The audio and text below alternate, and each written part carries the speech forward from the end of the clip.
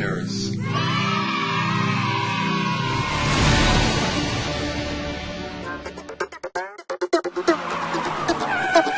King and Queen versus King. Hi everyone, welcome to Benjamin for Beginners. I'm your host, Joel Benjamin, and here we're going to kind of take things down a notch, get to the basics, and help out a lot of our players who are not yet very advanced in chess. And for the beginner course, the first level of lectures, we're going to pretty much start from the ground up. To follow these lectures, you really only need to know a few things. The basic rules of the game, the movements of the pieces, what the value of the pieces are, and understanding of algebraic notation would certainly help, because I'm going to use algebraic notation to describe the moves. If you know a few basic terms like pins and forks and so on, that will help too. But pretty much everything else I'm going to teach you from the beginning.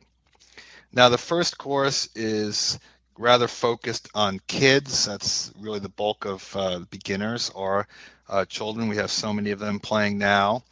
But adults should feel free to tune into these lessons as well if it's material that they feel that they need to learn.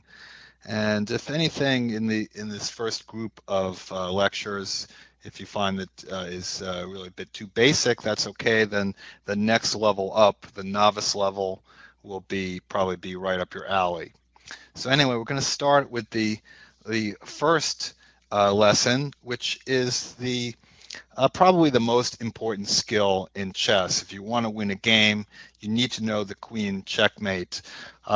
Not only because you start off the game with the queen, the most powerful piece on the board, but because in any endgame, if you promote a pawn to a queen, any pawn that you have left over to the end of the game is a potential queen, and you can create a mating situation. Now, there's a few things that you have to keep in mind when you're executing the checkmate with the queen and the king. First of all, you have to know about stalemate and the difference between checkmate and stalemate. Stalemate is when one side has no legal moves but is not in check. So when you're trying to give checkmate, you have to be careful that you don't accidentally stalemate. And if it's just queen and king against king, you really don't have to worry about that until the king gets to the edge, gets to the side of the board like that or like that. If it's in the middle of the board, there won't be a stalemate. However, if you are trying to checkmate and you have more pieces on the board, that might take away some squares. And then you really have to be extra careful. Every time you make a move that is not a check, you want to make sure that your opponent has at least one legal move. And if he has pawns on the board, it could still be a stalemate if those pawns are blocked and they have no place to go. But we're going to look at the most basic form where there's just queen and king against king and nothing else on the board. So that's the first thing. Be aware about stalemate. Secondly, you can't checkmate by just using your queen. If you run around and you just keep checking with your queen, that might be fun to give check, but you're not going to get anywhere. You're not going to get a checkmate. You have to use your queen and your king. Okay. Now the thing is that with the queen checkmate, you can, if you like, decide to do the work with your queen first and then bring the king in later, or you can use your queen and your king together. Either way, either technique works, whatever is comfortable. And finally, to get a checkmate, the king has to be driven, as I said, to the edge of the board. It does not have to be driven into the corner.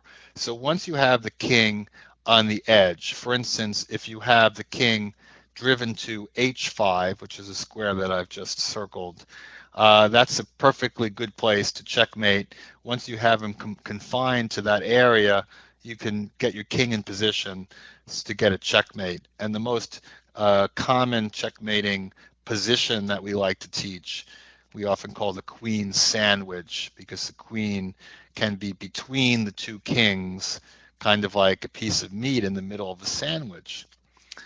So, and we're going to see just exactly what that looks like. But first, let's start from this position that I set up. And I set this up because here the um, the white queen and the king are on the side, and the black king is in the middle. So this is kind of the best case for the weaker side. But even so, with best play, the queen and king can checkmate in 11 moves or less from any position. And that is really good news because you have a lot of room to make a mistake. You get 50 moves to do it. Now, the rule reads that if 50 moves go by without a pawn move or a capture, then either player can claim a draw. Now, obviously, there are no pawns left, and the only piece to be captured is the queen. And if the queen is captured, then of course there's no possibility for checkmate. So that's why you get 50 moves. There isn't actually a rule that you get 50 moves to checkmate with a queen.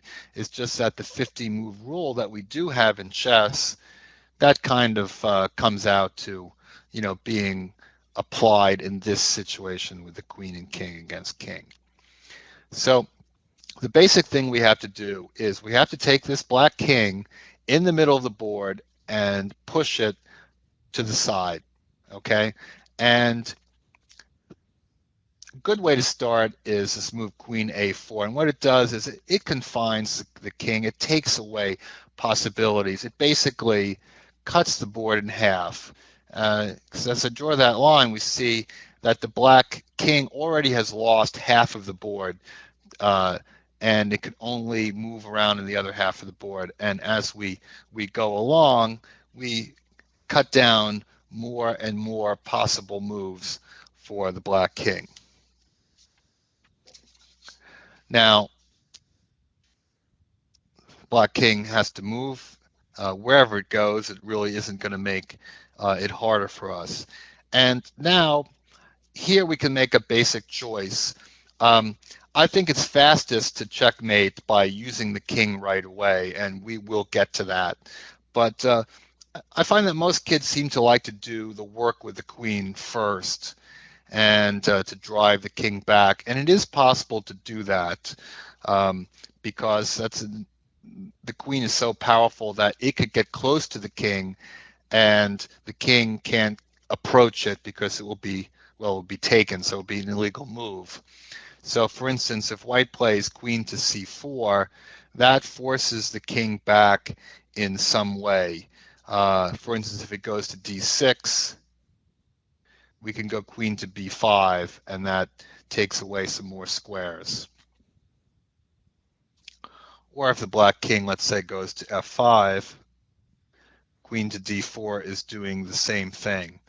You'll notice that the white queen is a knight's move away from the king. It's basically an L, okay? And that is a method that you can use to drive that king to the side, but you have to be a little careful that you don't take it too far. And I'm going to show you exactly how you can make a, a big mistake if you go too far with the knight move away from the king. But it actually works pretty well for driving the king for a long time as we go king to g5, queen to e4, king to f6, queen to d5, king to g6, queen to e5, king to f7, queen to d6, king to g7, queen to e6. So white has just been pretty much doing the same thing the whole time so far. And now the black king is forced back. Okay, it's got to go to the H file, or it's got to go to the first rank.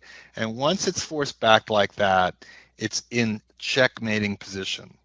Okay, now first of all, let's say that the black king goes to h8. Okay. Now, this is where you can make that mistake. If you say, okay, I'm going to put my queen and knight move away from the king. When the king is in the corner, do not do that because the move queen f7 is stalemate. And I cannot tell you how many games I've seen where a player just puts that queen that close to the king and it's stalemate. They don't even notice it. They're not even thinking about stalemate. But once that king gets to the edge of the board, you really want to start thinking about it. And here, queen to g6 is another move that is stalemate, and that gets you only a half a point instead of the full point that you deserve by being up a queen here. So after king h8, a much better move is queen to e7, and that keeps the king confined, limited to the first rank, and then white is ready to bring the king in for checkmate. If black plays king to h7, then white has a similar strategy. One way to do it is queen to f6, king to g8, queen to e7, pretty much as we just discussed, or white has to move queen to g4. Now this move cuts off the king from getting off the H file. And that's a key move, a real labor-saving move. Help you make it easy for you when you cut that king and keep it stuck on the H file or the A file or the first rank. Once that king is stuck, then the process is pretty simple. So let's say queen to g4, and now king to h8. Now, we don't need queen to g6. We don't need to do anything with the queen. The queen is perfect. Once we have the king on the side, it's time to use the king. So king to c2. And now the king can just march in. The cavalry is coming in. The king marching on horseback. And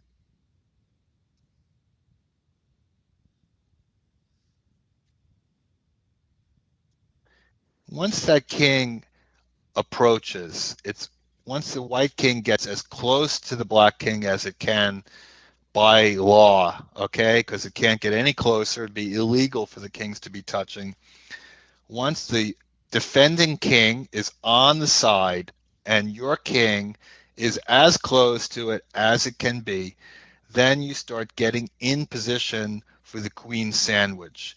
And here it is. We have the checkmate, queen to g7. Like I said, the sandwich, the queen is in between the two slices of bread, if you will, the white king and the black king. And there is no move for the black king. Now, by the way, the queen sandwich is not the only type of checkmating situation. There is the checkmate like this, the queen coming to the edge, and that is the type of checkmate that you will need to do with the rook.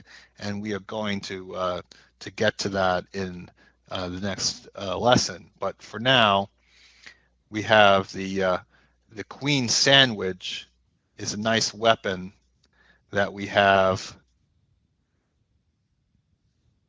that we can use to checkmate with the queen.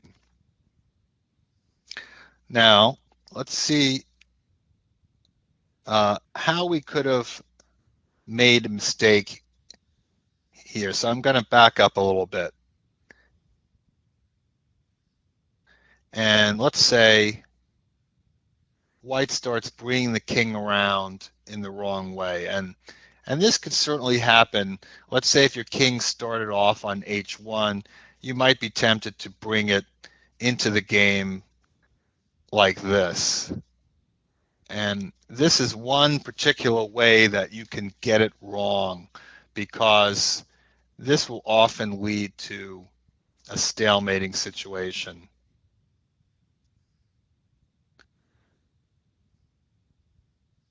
A lot of people think, okay, I'm moving my king in position, but this is actually stalemate as well.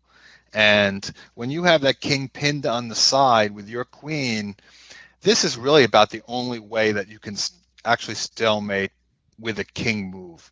If you bring your king up this way, you until you actually check, you make that queen sandwich, you want to make sure that you don't take away every square. You always want the other king to have at least one square so that it will not be stalemate. So the white king was really approaching in the wrong way. And we can see from here that if white tried to fix it with king g5, the black king would come out. White could still drive the king back to the first rank. But the best thing to do is when you bring up the king is to bring it on the other side of your queen, is to make sure that your king doesn't get in the way. It just comes alongside the other way, and then there really isn't any way that you can go wrong, okay?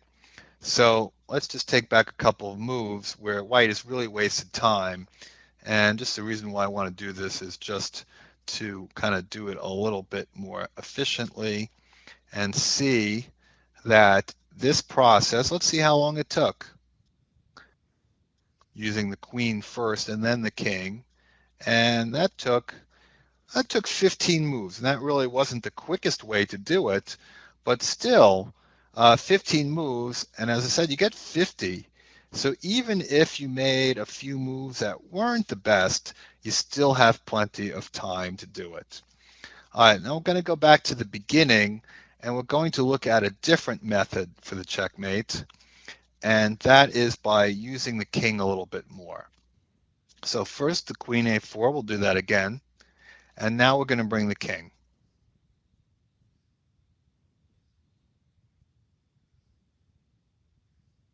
And we only really check with the queen when it's going to help drive the king back.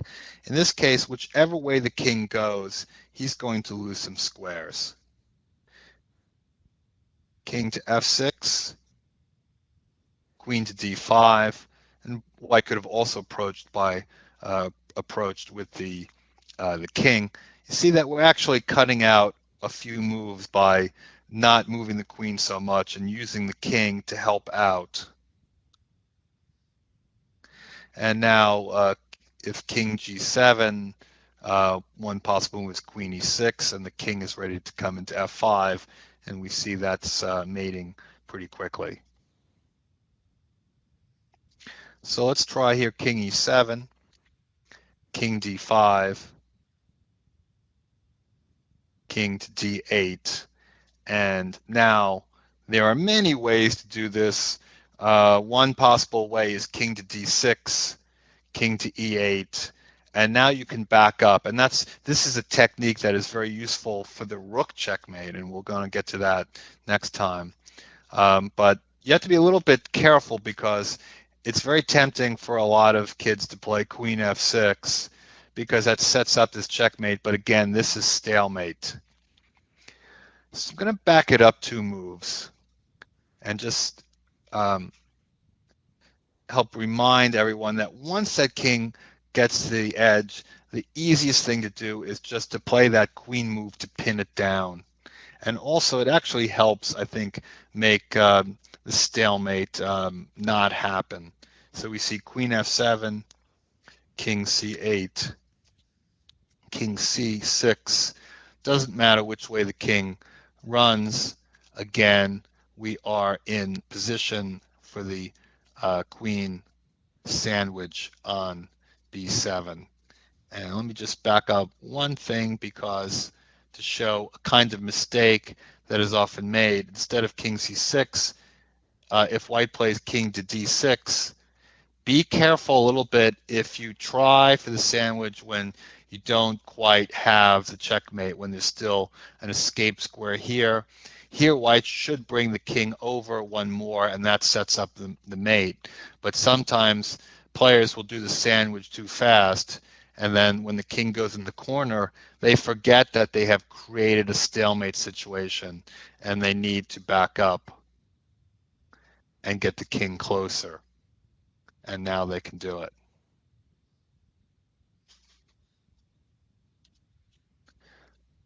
But if we go back to our main variation, king c6, king b8, queen b7, and you can see that that took exactly 11 moves. So we could say that white's play was basically perfect, no mistakes there. But your play doesn't have to be perfect. You just have to have the right idea to know the basic points about what you're trying to do, and to remember to use you will ultimately, in the end, you will have to use both your queen and your king. You will have to drive that king to the side of the board, and you will have to be careful about stalemate. And one final thing, uh, that this may be an obvious point to some people, but I have seen it happen enough. Make sure that when you're bringing your queen over to chase the king, that you do not ever put that queen next to the king unless you have backup, because then it gets taken off, and there is never going to be a checkmate at this point. Just call it a draw. Okay, but if white is playing correctly, then the checkmate should not be that difficult to accomplish. The queen sandwich is going to get them every time, as long as you don't make any big mistakes. So once you have that queen checkmate down, and this is particularly true in scholastic chess and school tournaments, you will definitely be able to win some games. And if you don't have that down, if you don't know how to do it, that will cost you some half points here and there. So it's a very important skill. If you're not quite sure about how to do it, it's a good idea to practice with a friend or a family member until you have it down perfectly. So that's our first lesson in Benjamin for beginners. As I said, we're starting from the ground up.